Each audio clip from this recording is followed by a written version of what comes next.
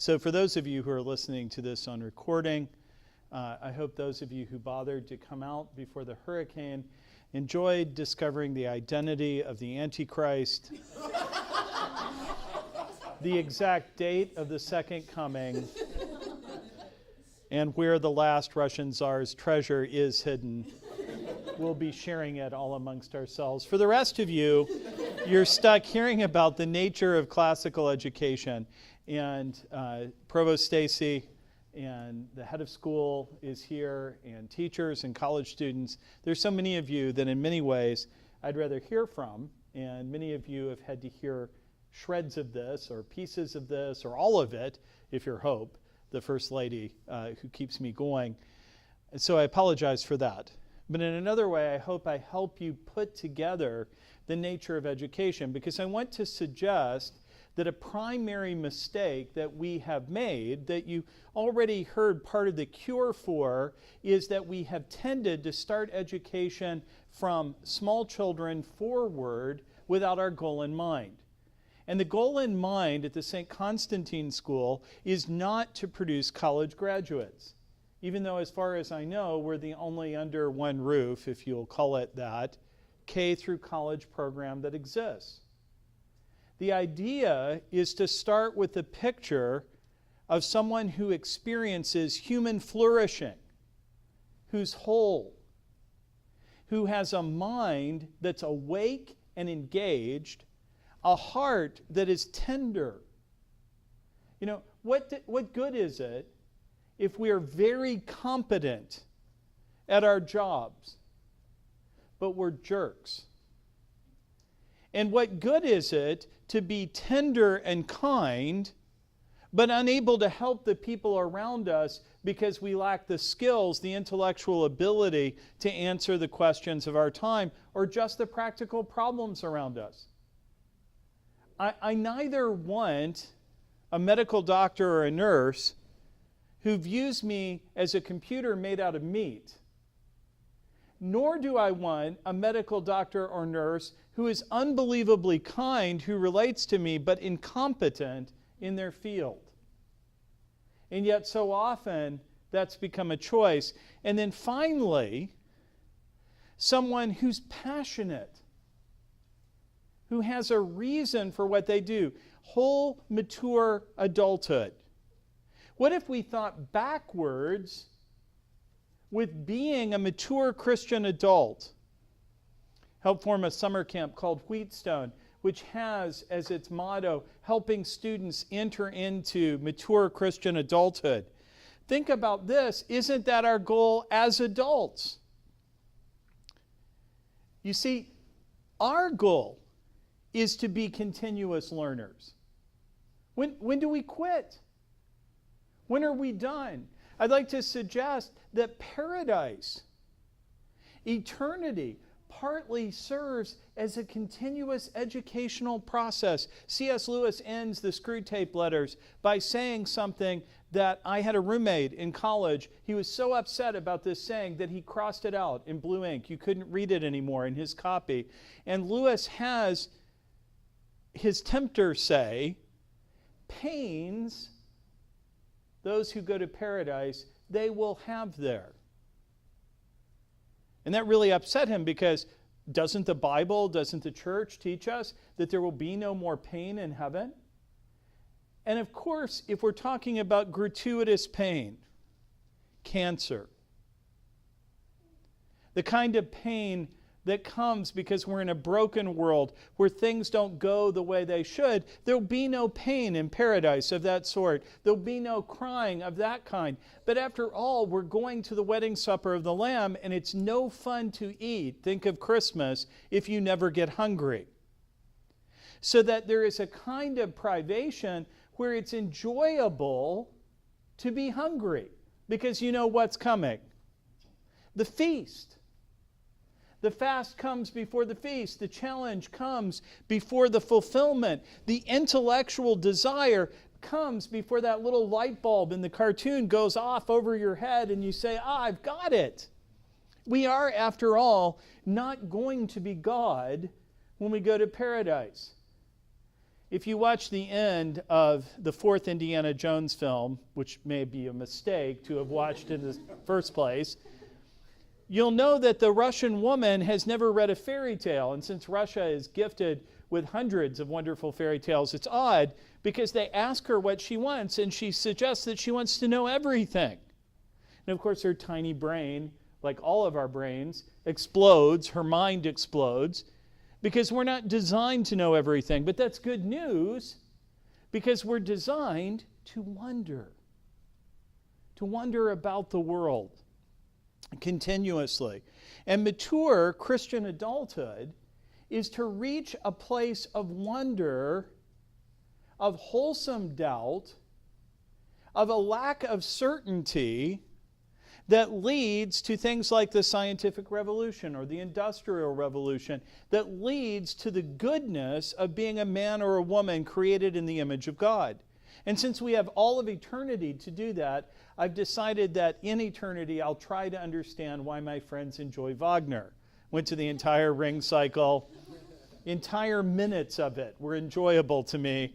Unfortunately, there were entire hours of it. But I have eternity to talk to people who are there, almost surely not Wagner. But, I mean, what can I tell you? One has to guess. I hope he's there. You shouldn't wish bad things on anyone.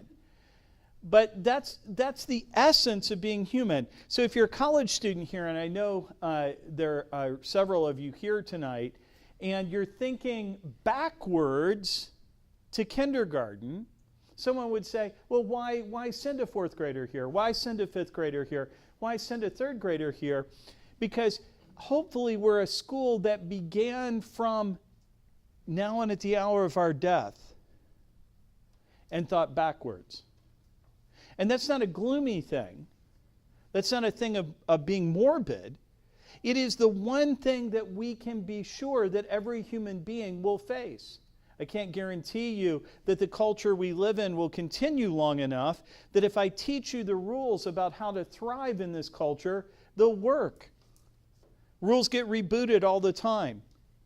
Careers that existed, think of Eastman Kodak in my alma mater's home base, Rochester, New York. University of Rochester, Eastman School of Music, lots of Kodak money.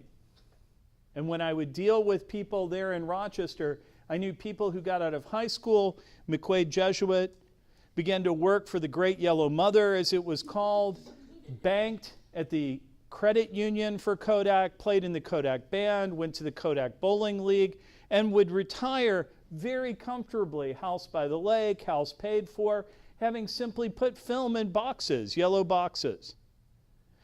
Those were the rules. And then suddenly those weren't the rules. So to teach someone the rules, exceedingly dangerous. When I was in high school, a new thing came to be computers. And because parents wanted it, they spent hours and hours teaching us Commodore Basic. Load, load, quote, star, quote, comma 8, comma 1, would access the hard drive and load the primary program on the hard drive, which took about 20 minutes to load. The computer had 32 whole K of accessible memory. And I remember when I added another 32K, the person at the computer store said a profane word I will not repeat and say, what in the world would anyone ever do with that much memory? I don't know, but Windows figured it out. Much has been wasted that we have developed.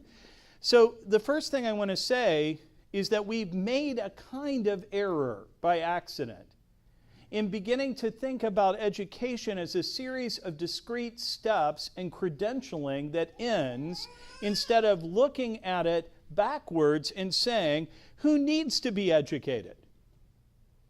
Now, the nice thing is, we live in a republic where from the very beginning, mostly because of our Christian and Jewish heritage, the answer that was suggested was everyone should have a chance to be that person. But not everyone will wish to be that person. It is the tension of a classical educator that we want your son to become a whole human being who reads well, writes well, thinks well, is numerate, but not for its own sake, so that they can be happy, so that they can be whole, which means ultimately to lead, to be in the continuous process of education that never ends. But notice, a republic presumes that not everyone will want freedom. And fundamentally, there's a tension when you attempt to force people who do not wish to be free to be free. So having been given the opportunity of education, a republican form of government accepts the fact that not all people will want freedom, and so have to live inside a hopefully as free as possible a structure provided for those who want to reach mature Christian adulthood. Now, I want to step back and say that already presents inside of education a tension that in the United States our current system does not deal with. It is the tension between the necessity of an aristocracy of knowledge, those who are experts who really know, and a respect for the voice of the common folk, for the multitude, for the many. Because we all know that experts can become really dumb. We buy into our own system, we listen to ourselves, we talk to ourselves, we don't take outside criticism very well, and so sometimes someone very simple, a child, says, wait, the experts, the emperor has no clothes. Because we also remind ourselves that being really educated, reaching mature Christian adulthood, doesn't necessarily come with credentials or even a classical education. We'll talk more about this tension in a minute. But there is a way of knowing if classical education is true, accessible to those who cannot learn to read, where they can speak an incisive and true word into the culture that needs to be heard. And so there exists in classical education a tension between forming an aristocracy of knowledge that's available to anyone. You want to be in it? Join it. If we give standardized tests here ever, and of course in high school we have to, because of the way the college system is set up for those who don't stay here, we use them to measure our own ability to teach basic skills, not to peg kids. If you want to be gifted and talented and take a try at things that I'm not sure you should try, who am I to stop you? The doors should always be open to this kind of knowledge, to this kind of freedom, to this kind of liberty. And oddly, I can tell you, having now taught for 34 years, often some people will bang their way through the doors that lack the natural skills to get through, and other people, because they are naturally gifted educationally, will never go through the doors because mere competency and credentialing is all they want.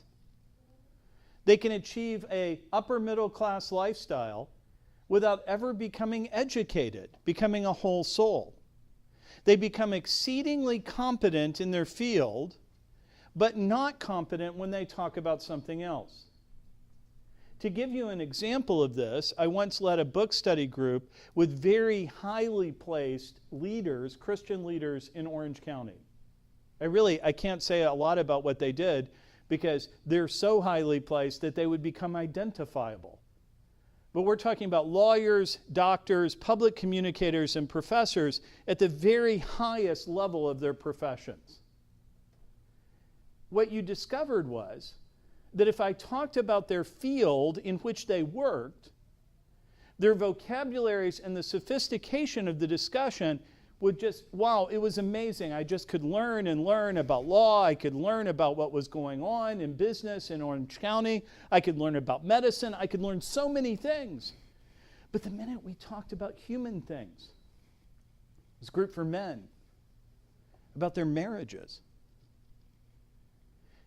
I am not lying when I say the vocabulary of the room was reduced to worse than 7th grade. And very sophisticated men would be reduced to something along the level of hot or not, like or not like, happy, sad. Imagine going to a medical doctor and the only word they have for this is elbow. Get a new doctor. Vocabulary doesn't make us smart. It enables us to separate ourselves from the thing itself and to talk about it more carefully, quietly, less passionately, so we don't get buried by emotion. When I meet men with graduate degrees in their field who have a swear word and the word love to describe what they feel towards their wife, what will they do when they have 50-year-old problems in their marriages? It's like going to a doctor and all they can say is elbow. They cannot describe, they cannot analyze, they cannot discuss, they cannot become whole, because what my grandfather with his 8th grade education would have taken for granted, reading the King James Bible by his chair every day with a dictionary, that is the mastery of profound English and poetry, missing from them. So the first thing I want to suggest is that classical education begins in a picture of what it is to be created a whole soul in the image of God and moves backwards. It does not treat children as a kind of idealized innocence or as little adults. And those are the two mistakes that have historically been made in education. Here's our little adult, we'll put them in little adult clothes, treat them like little adults, and then they'll just become adults. In our culture, not so much. In our culture, we tend to idealize childhood. Think about going into Disneyland, where even adults now want to become infants in the clothes they wear and the activities they do, because childhood has become the most glorious time, and adulthood is the time we want to avoid, because many of the privileges that used to belong to adults now belong to children. So who wants to be responsible? So we begin by saying our goal is education. And if you listen carefully to what Kate was saying, you'll know that classical education, I just want to say real education, consists entirely and continuously in a tension between two kinds of truths, a dialectic. The eagle has two heads. And the reduction in some parts of the west of the world, though not all the west of the world, of the eagle to one head presumes that this side of paradise, the continuous dialectic between yes and no, between aristocracy and the voice of the people, can ever be fully resolved, though they must exist in the unity of one body, one community. So the assumption behind mature adulthood is fundamentally at war with the notion of the ideologue, the person who knows what is true and will do anything in the name of that truth. Whether it's on the left, the red shirts, or the right, the brown shirts, the ideologue is always horribly destructive. Because sometimes this side of paradise, the truth is found in the tension. Not because morality is, for example, subjective, but because the application of objective morality in a broken and fallen world is difficult. Objective beauty exists. But to create beauty in a broken and fallen world is difficult, and the person who will do anything for their vision of beauty, the artist who will break any vow, destroy anything in the quest for beauty, becomes a tyrant and a monster. We talked about the trivium and the quadrivium. What are the stages of education that an adult who is classically educated is to constantly move through? And if I had access to the whiteboard, I'm afraid if I moved this, I'll somehow turn it on, but I'll try it anyway. I just want to suggest to you that there are 4 stages that are a continuous cycle in education for an adult. So if you're a college student here, we hope they represent freshman, sophomore, junior, and senior year.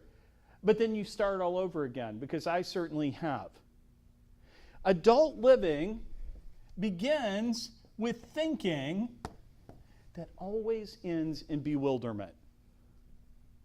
Come on, we've all had regular problems. We think about it, here are the rules, and we say, wow, I'm not sure I know what I'm talking about.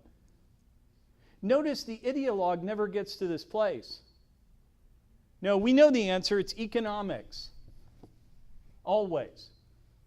Let's just apply that Marxist answer to what should be a continuous dialectic. We begin in bewilderment. Now, I actually have friends who think that the goal of education is to stay in bewilderment. And that if they come to any conclusions at all, they betrayed the dialectic. That kind of person is a useless continuous freshman. They live in a kind of perpetual freshman stage. But I do have to say this about them: they're less dangerous, because impotent, than the ideologue who has a chance to become a tyrant.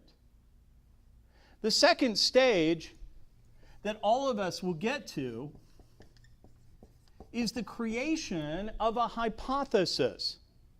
Now, don't just think science, but do think science. This is the process that created the scientific revolutions that produce so much good for us. But we develop, okay, I think I'm having this marriage problem. I'm not sure what to do about it. Hope and I have discussed it. I'm not even sure I have the right vocabulary. I feel bewildered. We've talked to a counselor. What do? We think we do this. This is what we should do. And then we try to apply it. You commit yourself, as Napoleon said about battle, and then you see. The best battle plan always has to, you should have one, clear orders given to your subalterns. But then you commit yourself, and in the slings and arrows of outrageous fortune, things go badly, they go well, and you change, and you adapt, and you adjust. But you see how your hypothesis does. And often you just keep cycling back around until you're done. You get something, okay, that kind of worked. Our marriage is doing better. We thought this was the solution for us, and it is the solution. This is good. We can do this. Now comes the most dangerous stage, and that is the implementer, who is fearfully, almost necessarily in our culture, tempted to monetize what she's done and become a guru or a tyrant, instead of simply implementing what they've learned for themselves inside their community, and maybe even sharing it. Here's what we tried. Maybe you could try this. What do you think of this, Lydia? Here's a thought. This helped me. And being willing to have you press on that, even the thing that helped me, and move back to bewilderment and keep considering. At the stage of implementation, we have a choice. I'll go ahead and use the word that the Bible would use: to become a tyrant or to become righteous. The righteous or just person becomes a person who implements, but with an open hand. They use orthodoxy. How could we be an orthodox school and dialectical simultaneously, I'm often asked. How could you not be? Because an adult cannot act, cannot go forward without a frame, without a door to walk through. Orthodoxy doesn't end questioning, it bounds our questions so we can ask better questions the next day. Just as a window does not prevent our viewing what's outside, but actually frames it and helps us see better. An example of this came when poets like Wordsworth decided to look at the natural world and think about it as a teacher. And what they discovered is if you walk out into nature and just look at daffodils or lakes or mountains, it's overwhelming. And they begin to do a funny thing, a thing that I've actually experienced, and that is to build little huts that contain nothing but a window. And you go into the hut and you sit down and you look at the natural scene through kind of a camera lens, the way a director might do this to frame it for a movie, and you look at that scene and it becomes a kind of painting to you in nature. In fact, during that period, you could buy little devices to carry around with you that would frame anything you looked at. Because the frame allowed you to focus. When I look at Hope, my wife, and I choose her above anyone else, I learn more about woman than if I look at all women. I don't stop to examine and think. I experience in the framework the boundedness of a single human female. But the eagle has two heads. So the continuous life of education will not only be a tension between the aristocrat and the voice of the people inside of us, and notice this occurs in us, right? We have our many desires. And then we have our reasoning capacity that might say yes or say no. And sometimes our reason isn't enough and we should listen to our capacity to feel mercy instead of mere justice. And this tension continues, but the tension that we're now looking at isn't between the aristocrat and the folk. The continuous dialectical tension that occurs at this moment in education is between knowing the truth and resting in that truth and dying. The ideologue or the tyrant seizes a piece of truth, holds it up, and turns an icon, a window to heaven, a framework, into a dead thing, an idol. And as the Bible would say, every idol, no matter how holy, even if commanded to be built by God, is an idol for destruction. So the tension between your calling as an artist, college student, to create windows for us to see the world, icons that help us, is that those icons themselves, whether it's science or literature or anything else, we are tempted to make them idols. To stop looking because now we've seen, look, here's Michelangelo's The David, let's put it on a pedestal and worship it. Here's a serpent made of brass. We're commanded by God to look at that serpent. And it is life and healing to us because it's new and fresh, and it's part of the dialogue between God and humankind that is continuous and new. But instead of going on with God and finding out what God is saying in this generation, we turn it into an idol and we go back to that brazen serpent and we assume that God is there because God is the brazen serpent. And so we see a later king called by God to smash the idol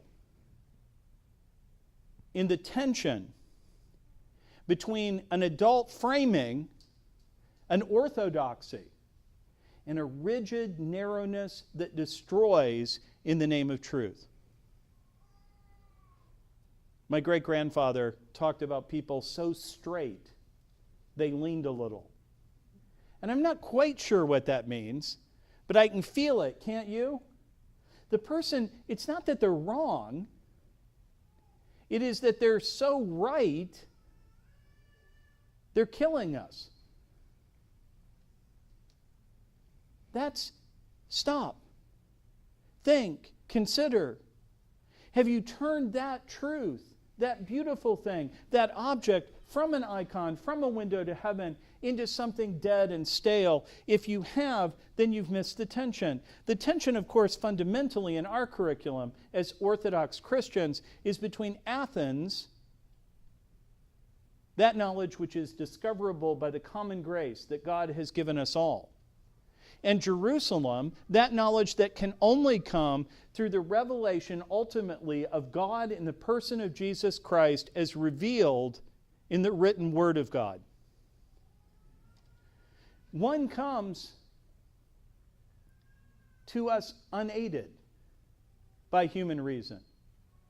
And we can experience God and so find faith. But faith isn't merely an experience of God. Then faith begins to seek understanding, and in the tension between Athens and Jerusalem finds reasons for belief. So which comes first? In some of my friends, they think about abstract arguments for the existence of numbers, and then they come to, well, there must be a God out there, and then they seek Him, and then they find Him, and then in some ways the experience of God justifies the intellectual work they've done. But I have friends who do it in the opposite way. They grow up in the church, and at a tender age they're led to Christ, and they have an experience of Christ, and they know Christ. And then when they get older, they begin to think about that, and that leads them to intellectual discovery. Their faith seeks understanding, and that leads to more faith, which leads to more understanding. And so if you're asked which comes first, in the cycle, in the tension, in the eagle that has two heads between Athens and Jerusalem, I suppose ultimately Jerusalem becomes the primary body.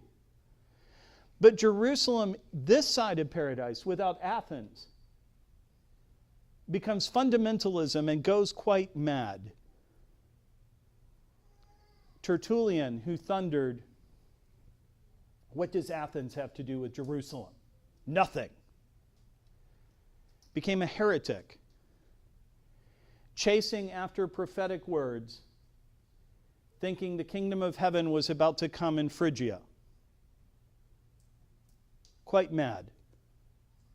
On the other hand, Origen, notice neither of these men are saints, turned Christianity into a kind of Platonism for stupid people. And as a result, became lost in a kind of academic irrelevance that so many of us can come to. He became unable to speak outside of his own mind. He imploded, like many of our intellectuals do. He became oddly enough a thoughtful ideologue, because the dialectic itself can become an ideology, itself can become an idol, when the tension that the dialectic is supposed to create with itself, where a student says, "Why are we always thinking?" should sometimes be answered, "Great, stop." What did we say that words do? They enable us to separate ourselves from the phenomena and think about it. But if you're walking down the moonlit beach with the person you love, and you ask, or dialogue, you've blown it. "Do you love me?" "Well, I was loving you until you stopped and made me think about it." You don't make love in dialogue, but it's making love that's fecund, that produces life. And so the tension is that if we don't think in dialogue, we cannot be happy. But if we only think, we will die out as a race, and we will die out internally as people. We will become like those aliens on shows like Star Trek with giant heads and shrunken bodies. I'd like to suggest we have a lot of those, the brightest and the best in our culture. People who know so much, but are base and ugly, who can say 2-year-olds don't have differentiated personalities, so perhaps we should abort them. Postnatal abortion. Giant heads, shrunken chests. Yet too often the church responds to those people with giant, fit emotions, trained to say the right things, but little shrunken pinheads, because they've driven Athens away. Classical education understands that this side of heaven, Athens and Jerusalem, will never quite fit together. There will be citizens of Athens unfit to live in Jerusalem. And there'll be citizens in Jerusalem who do not need Athens. Because I promised you this, the other tension is inside of one of the heads of the eagle, Jerusalem theology, between the short way to God and the long way to God. And my favorite example of this is Dante's Divine Comedy, where we see in the Divine Comedy a simple girl like St. Lucy, who at about 14 is persecuted by the Romans, grasps the essence of what God is saying. And in the image of Lucia, of light, is set on fire. And I may be on fire, but I do not burn because I see more clearly. And you gouge out my eyes, and I still can see because the light within me through revelation has been gained. And a simple person like Lucy can become a model of truth for the most sophisticated man who lived in his time, Dante. She's held up as the light giver to him. Her way was the short way to heaven. Think about so many of the children that a nation like Iceland have destroyed. Happy, simple people who, if educated towards wholeness, become people who can quickly and easily show us things that we cannot in our complexity see, and yet we kill them and ignore them. We don't hear what they say by their being. It is the folk wisdom of the grandmother who does not need credentials to cut through the chaff. Yet at the same way, some of us have to go the long way because we're cursed to ask questions, and you cannot stop asking questions if you have them. You don't have to answer questions you don't have. So thank God in His wisdom, He creates Lucys who are light in themselves. My daughter recently got married. The happiest person there was a person who will never read Plato, but the entire day was joyful to him as part of the wedding. And he was a model to me of joy. He was a book in his being.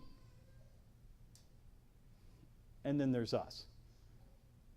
We think, we reflect, we dialogue. So even within Jerusalem, we see a tension between yes and no, between long and short. Which? In some areas of my life, the short way to God. In some areas of my life, the long way to God. Some things I've never doubted. I just know. Some things I doubt every day. Joyfully. Because it's wonderful to wonder. It is the tension in a school like St. Constantine, especially by the time you get to college, between educating the individual and educating the community. I've never been in a place until now that has allowed me to fully implement a classical education for adults. An education where we'll meet in class this term one-on-one. And if you know a lot about the book we're reading, we'll pick it up there. If you know nothing about the book we're reading, we'll start there. If you have this question, we'll start with your question and start with my question, and we'll fuse the two. We won't get rid of either question, but we'll make one body, one community, and education will occur because the two will become one in the dialogue that will produce wholeness. But if you're only educated that way, you can become eccentric and odd. Too often inside of homeschooling, and I homeschooled all my kids, K through 12, so this isn't a wrap on homeschooling per se, but too often in homeschooling, if we're not careful, we produce people who are eccentric, because young John Mark wants to know everything there is to know about the Russian Revolution, so reads every book in English available in his library, and then goes to a college library, and then starts to write to veterans of the Russian Revolution, because I realized somewhere in the 8th grade that by the time I was old enough to study the Russian Revolution, they'd all be dead. Now that was good, and I had good parents who allowed me to do it. But it was also exceedingly eccentric. And as far as it goes, being an individual is good. Being eccentric can be death. And so I had to find my place inside of a community where instead of going to a meeting with other young adults and forcing them to be interested in what I was interested in, I became genuinely interested in what they were interested in, which at that time was football. And so, nerdy kid that I was, I went and checked out every book in the library about football. And because it was the early 70s, they were mostly centered on Vince Lombardi's Green Bay Packers. And I became a sincere, real Green Bay Packers fan.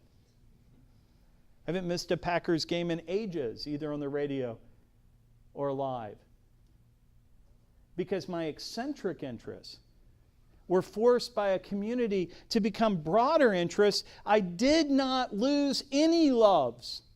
I gained new loves. I did not become smaller and merely follow Vox Populi as if it was Vox Dei, but I heard the voice of the people and I learned what the people had learned to love about football, even though I was in a house where that wasn't necessarily appreciated.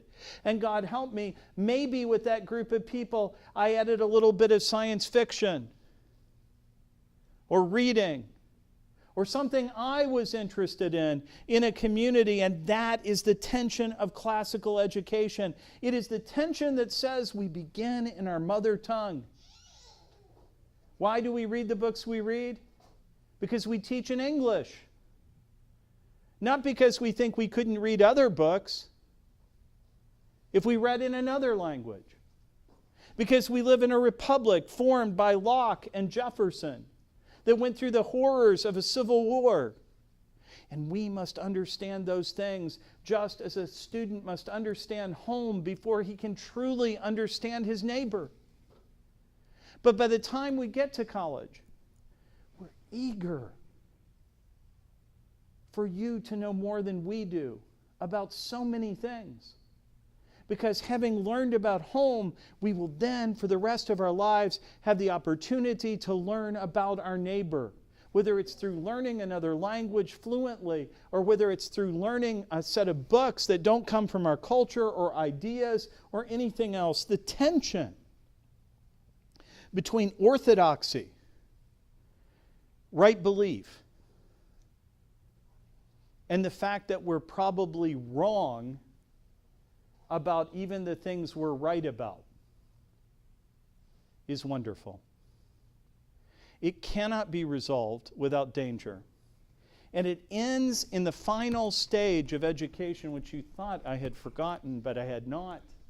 It is the fourth stage, which is the creation of a wonderful and likely true story. Plato's word for it is myth, which doesn't mean false stories about Greek gods. It means the best story we can tell. The most likely story that explains all of reality. That explains the existence of numbers, those oddest of beings. What is a number? That explains consciousness without explaining it away. That explains objects without asserting their non-existence. That is just complicated enough to make sense of matter and energy and mindless motion, but complicated enough to make sense of mindful motion. That myth, that likely story, is what we call religion. And it is where we live. And then as adults, we begin again. World without end. Amen.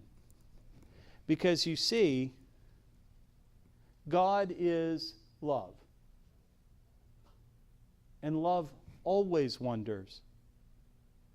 Meet a man who doesn't wonder what it will take. When I go home tonight, is Hope in the mood for romance or rest? Is she in the mood for flowers or what I got her one year, a power saw? No, right? I won Hope because the arrogant man who was dating her kept dating the 16-year-old Hope. And I moved in and fell in love even though we met when I was in 10th grade and she was in 9th grade. It was the 22-year-old Hope I wanted. But I'll tell you, it's the 53-year-old Hope I'll go home with tonight. And I wonder. I don't know. Because people are always changing and growing and developing, and it's wonderful. There's no end to it. And so love can never end the bewilderment, end the cycle. And when we get to paradise, we will see the face of God. And God is tremendously personal. And though He never changes in Himself, He changes to us as we grow. And His goodness, truth, and beauty is endless. And so we'll love Him and think, now I get it. When we've been there 10,000 years, bright shining as the sun, we've no less days to sing God's praise than when we'd first begun.